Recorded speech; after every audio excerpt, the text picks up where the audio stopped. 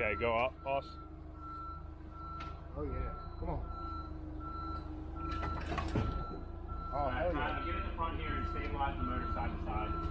Yeah. Okay, you ready? Yep. Never surfed a Viper. Alright, hold for a sec.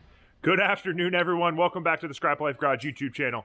For all of our new subscribers, welcome. For all of our past subscribers, as always, we really appreciate your support.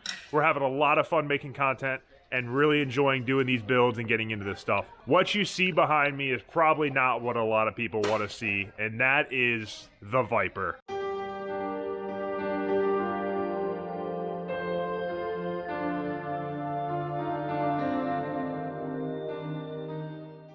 It is dismantled. Tyler here, our resident Viper tech, is working diligently to finish the Viper. He hates them, just to throw it out there. He hates them. But I'm going to go through in this video exactly what caused us to come to this, why we're doing it, what we have planned in the future, why we deem this chassis as not being rebuildable and able to be used. However, the good news is we got that motor right there. We got some wiring for an AM Infinity right here. We got some turbos over there. Who knows? It's all taken apart now. The good news is, though, if you follow this channel and you need Viper parts, we got a lot of them now. Maybe not all the good stuff. Maybe not the go-fast parts. But if you need body panels, if you need wiring, if you need anything like that that's a factory part that I ultimately won't be using, possibly, then hit us up. We can definitely help you out. But I'm going to go ahead and show you guys everything that I found with the frame of this car, with a whole bunch of other pieces, and show the whole process of dismantling it. So everyone, enjoy. Pump systems right here. You have two external pumps right here, and then this is your factory pump. That's why it's a triple hanger. 1, 2, 3. It's possible there's only like 2 pumps in there, and one pump feeds both, and one's a return, but it is a triple pump hanger, as I was told. So I did find a couple things that were on the mod list that weren't the same that was on the mod list, which is a little bit interesting, but it's also possible that, you know, maybe a little bit of crossing lines or whatever it may be happened. So it was listed as having a billet pump hanger. It does not have a billet pump hanger. It has just a simple double pump setup. Janky. Here, yeah, it's definitely not super nice. I mean, it's got like a nice metal line in there that hooks the second pump up. These two are your feeds. This one's your return. Very simple, to be honest. They're probably bigger pumps. I would guess that they're like 485s or something of that nature. We will figure that out before we sell them.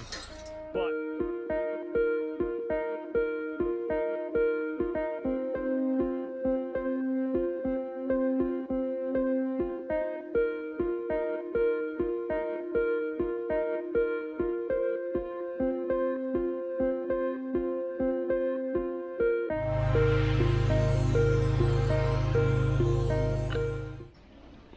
so for those that don't know, the rear tub from a Viper quite literally just unbolts.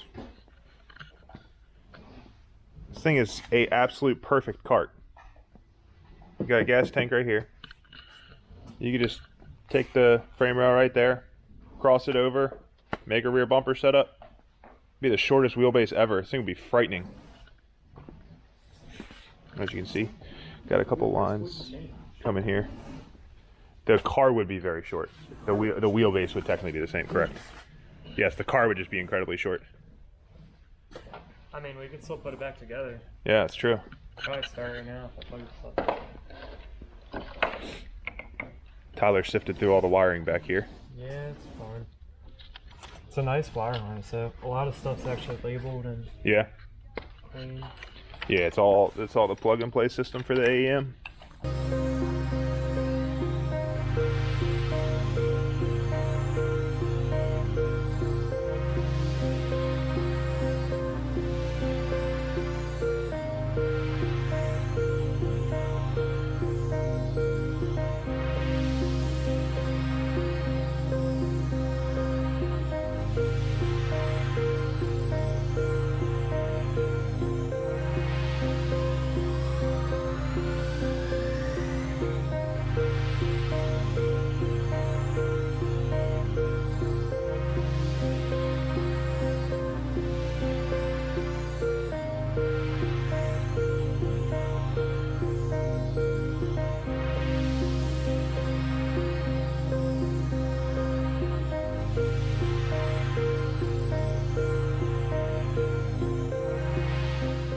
got the turbos off.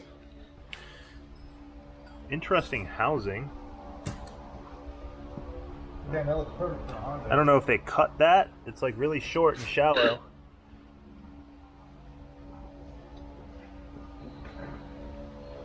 Definitely journal bearings.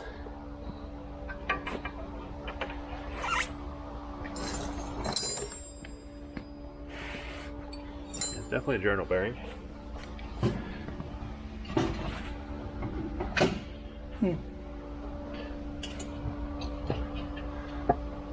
Woody's definitely getting the next Viper.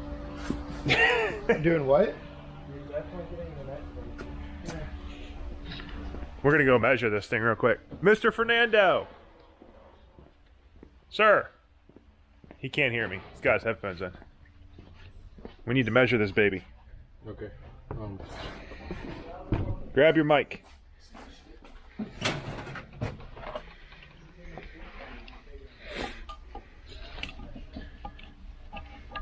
Get as far in as you can. Nope. But it ain't straight. Okay.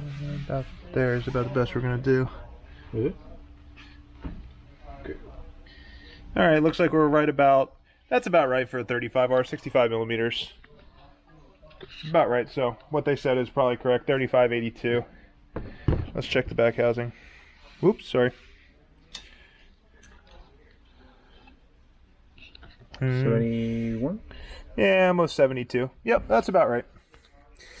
That is about right. Sorry, sir. Yeah, I leaked some coolant on his bench.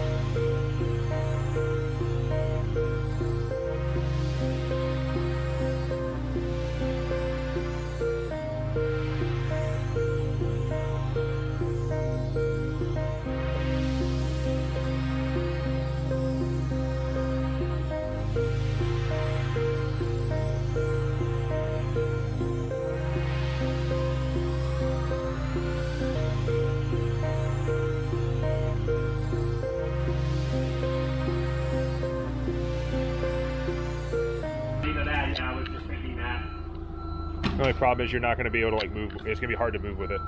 I can just. Can you You can just put a foot on the trans. Yeah.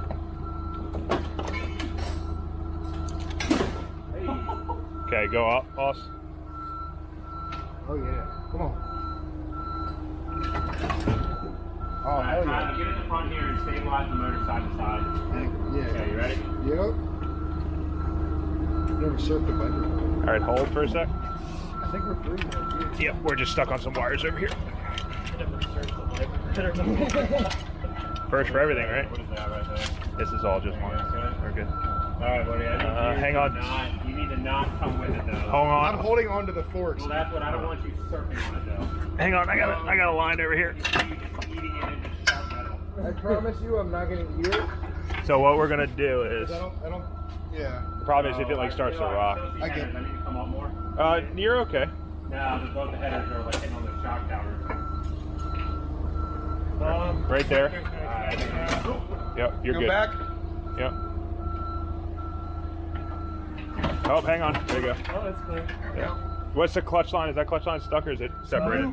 It's unbolted. This line right here. Tilt up No, it's free. because it's sliding. Right? Yeah, you need tilt. up. No, it's it. Okay. Well, Woody Oh. might be clear to hop Hold on. off now. Hold on, we got Yeah, some. safe. We got some These are rubber just stuff here. face lines. Okay. Okay. Yeah, you should be good. You should be good to hop off. Hang on, he's gonna let him hop off. We'll be good to go. Yep, you're good. Woo! Can I come up more? Yep.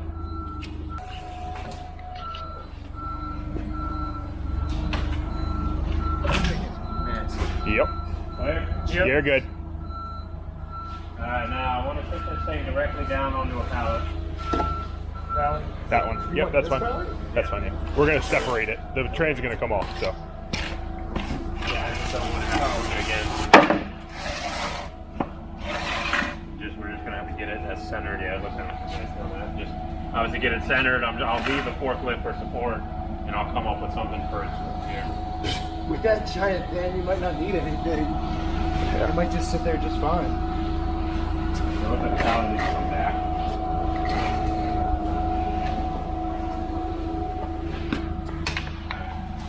Good. Come down. Got a lot of room in front here. Oh no shit! It's a G-force trans. Oh really? Yeah. Slide the trans off. Yeah, it's got all the gear ratios right there. Hold on. Oh, that's I what want it to is. just kick the pallet back just a little bit more. Yeah, it's definitely got like this billet middle plate. Which that might just be like a conversion plate or something. Sorry. Possibly. I don't want to rub them off. All right, so it looks like it was built in 2013, February. February, I think that's Valentine's Day, 2013. 271 first, 179 second, 130 third, 104th, 0.95th, 0.59 sixth. This is the G-force number right here. I'll make a phone call to G-force and figure out exactly what the trans is.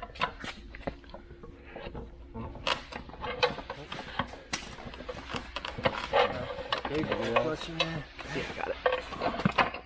Oh yeah. Exactly what they said it was. Yeah. That Work of art. is a billet carbon. Although it's labeled RSI. I thought it was an nth motive, but same thing. Yeah, it's a RSI billet carbon. So everything that I have found so far and everything that I see when I go to look at the car as far as if this car is fixable or not, and that is what we are currently weighing. So the car obviously has significant frame damage. Both frame rails are pushed significantly to the passenger side. They need to be replaced. The lower frame rail here kinked as well, so we're gonna have to do a full front frame section cut. If the suspension points here are damaged, we're gonna have to do it behind the suspension points, which, as I look at it more, we have found on the passenger side that the bushing and this front suspension point is in fact tweaked. We're gonna have to do a back suspension point forward. Now I'm assessing here the costs that are involved with doing this. Front frame cut's $4,000 roughly, couple grand to put it on. You're gonna get to $7,000-8,000 to fix it. Then you gotta buy this fender, that fender, the fender supports, adds up to almost $5,000 for all that. Headlights are $2,500, a bumper, a hood. It very quickly adds up $10,000, $15,000, $20,000. Not to mention, we got blown airbag, broke the windshield. That's another $2,500 right there, just to get it to the point of being complete. Now, my biggest fear in all of this is that this car will not be right when it's done. This is a 1,000 horsepower twin turbo Viper. If it is not right, it will be dangerous. Now, I'm not saying it's not going to be dangerous anyways, because it probably will be a little bit dangerous, rowdy, and most of all fun. But it has to be right. If there's frame damage, if there's frame issues, it will be downright undrivable, and that will be a horrible ending to this entire series and this entire project, and that is something that I really don't even want to go down the road of doing. So, I got a couple options. Number one, find a rolling chassis. Swap all of this into it. Number two, buy a complete car. Now, wait. Buying a complete car would mean I'd have to spend like $50,000 to do so, and then swap this drivetrain into it, give the stock drivetrain to Lease Parts, and let them sell it. I basically do a traderoo, have $50,000 into a clean title car at that point. Seems like a pretty good deal considering to fix this car, I think it'd be like $45,000 in. So the clean title was the way to go. Maybe find something else. I don't know. It's a really hard decision to make. And all right, everyone. Everything you see behind me here It's getting ready to go up for sale. I don't know. That's the turbo kit. Brakes. All the motons are right here. All the suspension corners, all this good stuff, bunch of parts. We have all the interior parts, taillights, that kind of thing. Motor sitting over here. Motor separate from all the other parts. I don't know. So, to end this video right now, I bought a different car. Completely. I still don't know to right now how I ended up buying this car. I have horrible business partners and friends that all convinced me into this, that this was a good idea, and it's a badass car. I won't lie about that. In 2 weeks, I'm getting it Black Friday. So it is going to be the Black Friday special, because that was the only way I was buying it. It was the deal that I got on it. I'm going to give a couple clues. I'm not going to tell you what it is. You're going to have to keep an eye for this video. It is very rare. It is a very rare car. There were 7 made. 7. Ever. It's one of 7. And second clue is, it is in the same ballpark as everything we have here. So that should tell you what kind of car it is. The rest, you're just going to have to wait and see. I appreciate everyone watching again. Have a good night.